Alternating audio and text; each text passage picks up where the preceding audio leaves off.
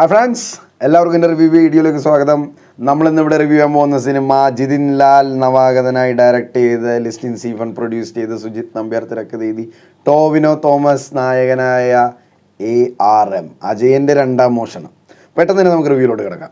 ഒരു period mystical drama action thriller ജോണറിൽപ്പെട്ടൊരു സിനിമയാണ്. ഈ ഒരു ജോണർ ഇത്രയും കൈകാര്യം ചെയ്തിട്ടുള്ള സിനിമകൾ വളരെ അപൂർവമായിരിക്കും. മേ ബി ഈ ഒരു കാന്താരയായിട്ട് സിനിമയായിട്ട് യാതൊരു കമ്പാരിസണും ഇല്ല. എന്നിരുന്നാൽ കൂടി ആ ഒരു ജോണർ മനസ്സിലാകാൻ വേണ്ടി ഒരു എക്സാമ്പിൾ പറഞ്ഞാണ് ഈ ഒരു സിനിമ എന്ന് പറഞ്ഞാൽ one of the block buster of Malayala cinema. ഇങ്ങനൊരു പരീക്ഷണ മൂവി ആദ്യത്തെ സിനിമയായിട്ട് തന്നെ തിരഞ്ഞെടുത്ത ജിതിൻ ലാൽ, ഹാറ്റ്സ് ഓഫ്. ഈ ഒരു പടം ഫസ്റ്റ് മൂവിയായിട്ടൊരു റിസ്ക് തന്നെയായിരുന്നു. ഒന്ന് അങ്ങോട്ടോ ഒന്ന് ഇങ്ങോട്ടോ പാളിപ്പെട്ടിട്ടുണ്ടെങ്കിൽ ഒരു ഡിസാസ്റ്റർ ആവുന്ന ഒരു സബ്ജക്റ്റ് അത്രയും ഗംഭീരമായിട്ട് എടുത്തു വെച്ചിട്ടുണ്ട്. സാധാരണ പ്രേക്ഷകൻ എന്ന നിലയിൽ എന്നെ വളരെയധികം എൻ്റർടൈൻ ചെയ്തിരിക്കുന്നു.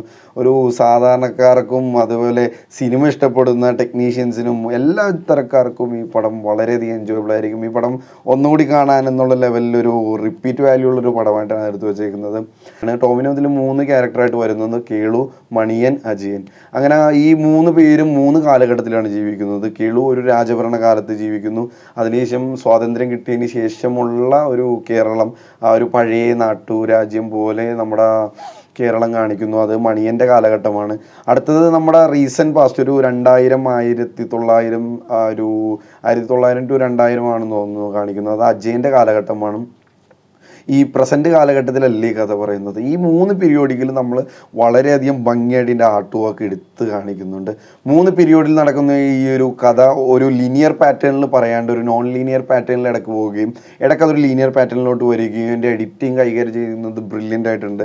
അതിൻ്റെ സിനിമാറ്റോഗ്രാഫി ജോമോനാണ് ചെയ്തിരിക്കുന്നത്. അതിഗംഭീരമായി ഒപ്പിയെടുത്തിട്ടുണ്ട്. പിന്നെ എടുത്ത് പറയേണ്ടത് ഇതിൻ്റെ മ്യൂസിക്കാണ്. കിഡിലൻ. മണിയൻ്റെ BGM ഒരു രക്ഷയില്ല. നമ്മളിങ്ങനെ കോരിത്തെരിച്ചു പോകും. പടം കഴിയണ ഒരു ടൈമിൽ പോലും മണിയൻ്റെ BGM കേട്ട് ഒരു രക്ഷയില്ലാത്തതാണ്. VFX ഒന്നുകൂടി നന്നാക്കാമായിരുന്നു. പക്ഷേ നമ്മുടെ കേരളത്തിലെ പറ്റുന്ന ഒരു ബഡ്ജറ്റ് അനുസരിച്ച് ഇങ്ങനൊരു പടം സംഭവിക്കുന്നത് വളരെ റെയറാണ്. ആ ഒരു പടം സംഭവിച്ചതൊരു ബ്ലോക്ക് ബസ്റ്റർ ആവുക, എല്ലാത്തരം പ്രേക്ഷകനെ എൻ്റർടൈൻ ചെയ്യുക, ഔട്ട് ആൻഡ് ഔട്ട് എൻ്റർടൈനറായിട്ട് പ്രേക്ഷകന് ഇത് കണ്ട് രസിക്കാൻ പറ്റുക, അതൊക്കെ ഒരു വലിയ കാര്യം തന്നെയാണ്. And that's a crew. Just give some applause to the crew members. And നമ്മളിതിൻ്റെ കാസ്റ്റ് മെമ്പേഴ്സിലോട്ട് വരികയാണെങ്കിൽ ഇതിൻ്റെ കാസ്റ്റിംഗ് ഡയറക്ടർ ചെയ്തിരിക്കുന്ന ഒരു ബ്രില്യൻ ജോബാണ്. ഇതിൻ്റെ കാസ്റ്റിംഗ് എടുത്ത് പറയാനുള്ള ഒരു മിസ്കാസ്റ്റ് നമുക്ക് എവിടെയും തോന്നില്ല. പക്ഷേ ഈ പടം കാണുന്നതിന് മുന്നേ ഞാൻ ഇതിൻ്റെ കാസ്റ്റിംഗ് എടുത്ത് നോക്കിയപ്പോഴേക്കും സുരഭി, ടോവിനോ ഒരു കോംബോ ഒക്കെ അങ്ങനെ കണ്ടായിരുന്നു. പക്ഷെ നമുക്കൊന്നും ചിന്തിക്കാൻ പറ്റില്ല. പക്ഷേ പടം കണ്ടിട്ടുണ്ടെങ്കിൽ അത്രയും കൺവിൻസിങ് ആയിട്ടാണ് ആ സുരഭിൻ്റെ ക്യാരക്ടർ വന്നിരിക്കുന്നത്. ഏത് ക്യാരക്ടർ എടുത്ത് നോക്കിയാലും ആ ഒരു റോളിന് ആപ്റ്റായിട്ടുള്ള കാസ്റ്റിംഗ് വന്നിട്ടുണ്ട്.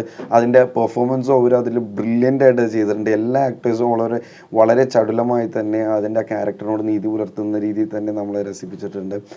ടോവിനോ ഇതിനു വേണ്ടി നമ്മുടെ കേരളത്തിൻ്റെ തനതായ കളരിപ്പയറ്റൊക്കെ പഠിച്ചിട്ടുണ്ട്. കളരിപ്പയറ്റിൻ്റെ കുറേ ആക്ഷൻ സീക്വൻസ് ഒക്കെ ഉണ്ട്. ആക്ഷൻ സീക്വൻസ് ഒക്കെ അടിപൊളിയായിട്ട് ആക്ഷൻ കൊറിയോഗ്രാഫർ എടുത്ത് പറയേണ്ടതക്ക രീതിയിലുണ്ട്. കേരളത്തിൻ്റെ പല കലകളെയും ഇതുപോലെ മുന്നോട്ട് വെക്കുന്ന പടങ്ങൾ നമ്മളധികം സപ്പോർട്ട് ചെയ്യേണ്ടതായിട്ടുണ്ട്. പക്ഷേ അത് ആ ഒരു നല്ല രീതിക്ക് യൂസ് ചെയ്തിട്ടുണ്ടെങ്കിൽ ഈ പടത്തിൻ്റെ മൈലേജിനും അത് കാരണമാവുമെന്ന് ARM വിളിച്ച് പറഞ്ഞിരിക്കുന്നത്. നമ്മുടെ കേരളത്തിൻ്റെ കലയായ കളരിപ്പയറ്റ് ഇതിൽ വളരെയധികം പ്രശംസിച്ചിരിക്കുന്നു. നല്ല രീതിക്ക് ഉപയോഗിച്ച ആ പടത്തിൻ്റെ മൈലേജും അത് വർദ്ധിപ്പിച്ചിരിക്കുന്നു.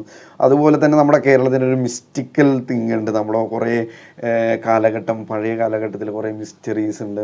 നമ്മുടെ കുറേ കാലഘട്ടത്തിൻ്റെ ആ ഒരു മിത്തിക്കൽ തിങ്സ് ഒക്കെ ഉണ്ട്. അതൊക്കെ ഒന്ന് ടച്ച് ചെയ്ത് ഇങ്ങനെ പോയിട്ടുണ്ട്. അതൊക്കെ വളരെ രസമായിട്ടുണ്ട്. കഥ ഒരു ഫ്രഷ്നെസ് നമുക്ക് ഫീൽ ചെയ്തിരുന്ന് കാണാൻ പറ്റും. ഒരു പൊളിറ്റിക്സ് അടക്കം ഇതിൽ പറയുന്നു. നമ്മുടെ മലയാളക്കരയിൽ ഉണ്ടായിരുന്നൊരു വലിയൊരു പൊളിറ്റിക്സ് അടക്കം പറഞ്ഞ് തിരക്കഥ എഴുതിയിരിക്കുന്നത് വൺ ഓഫ് ദ ബ്രില്യൻ തിരക്കഥയായിട്ട് എനിക്ക് ഫീൽ ചെയ്തിട്ടുണ്ടായിരുന്നു. എന്ന് പറഞ്ഞാൽ ഇത്രയും നല്ലൊരു തിരക്കഥ കിട്ടിയത് കൊണ്ടാണ് നമ്മുടെ ഡയറക്ടറിന് ഇത്രയും ഔട്ട് നമുക്ക് തരാൻ പറ്റിയെന്ന്. അടിപൊളിയായിട്ടുണ്ടായിരുന്നു ഇതിൻ്റെ തിരക്കഥ. പിന്നെ എടുത്ത് പറയേണ്ടത് ഇതിൻ്റെ സോങ്സ് ആണ്. മ്യൂസിക് ചെയ്തിരിക്കുന്നത് നല്ല രസമായിട്ടുണ്ടായിരുന്നു. റിപ്പീറ്റ് വാല്യൂ ഉള്ള ഒരു 8 out of 9 out of 10 കൊടുക്കാൻ പറ്റുന്നൊരു മൂവിയാണ്. ഇതിൻ്റെ പടത്തിൻ്റെ ഒരു 1-2 ചെറിയ സ്ഥലത്തൊരു VFX ഒക്കെ ഒരു പോരായ്മയായിട്ട് തോന്നിയെങ്കിലും പടത്തിൻ്റെ ബാക്കി തരുന്ന ഹൈപ്പ് വരുന്ന ഭാഗങ്ങളൊക്കെ ഉണ്ട്. ഓരോ ഫൈറ്റ് സീക്വൻസ് ഒക്കെ ഉണ്ട്. നമുക്കിങ്ങനെ ഒരു രോമാഞ്ചം വന്നിങ്ങനെ എണീറ്റ് നിന്ന് കൈയടിക്കാൻ തോന്നും. ഈ അടുത്തൊന്നും ഞാൻ ഇത്രയും നല്ലൊരു മൂവി കണ്ടിട്ടില്ല. അത്രയും ഒരു സന്തോഷത്തിലാണ് ഈ റിവ്യൂ എന്ന്. Hope you enjoyed my review and I recommend everyone to watch this movie in theatre must watch മൂവിയാണ്. തിയേറ്റർ എക്സ്പീരിയൻസ് ഇതിന് മസ്റ്റാണ്. ഇതൊരു OTT കണ്ടാൽ ഇത്രയും ഒരു കിക്ക് കിട്ടില്ല. നിങ്ങൾ ആ ഒരു തിയേറ്ററിൽ തന്നെ ഇത് വാച്ച് ചെയ്യണം. I hope you all enjoyed my review. ഈ സിനിമ എല്ലാവരും തിയേറ്ററിൽ തന്നെ പോയി കാണുക. നന്ദി, നമസ്കാരം. I will be back with another review. Until then bye friends.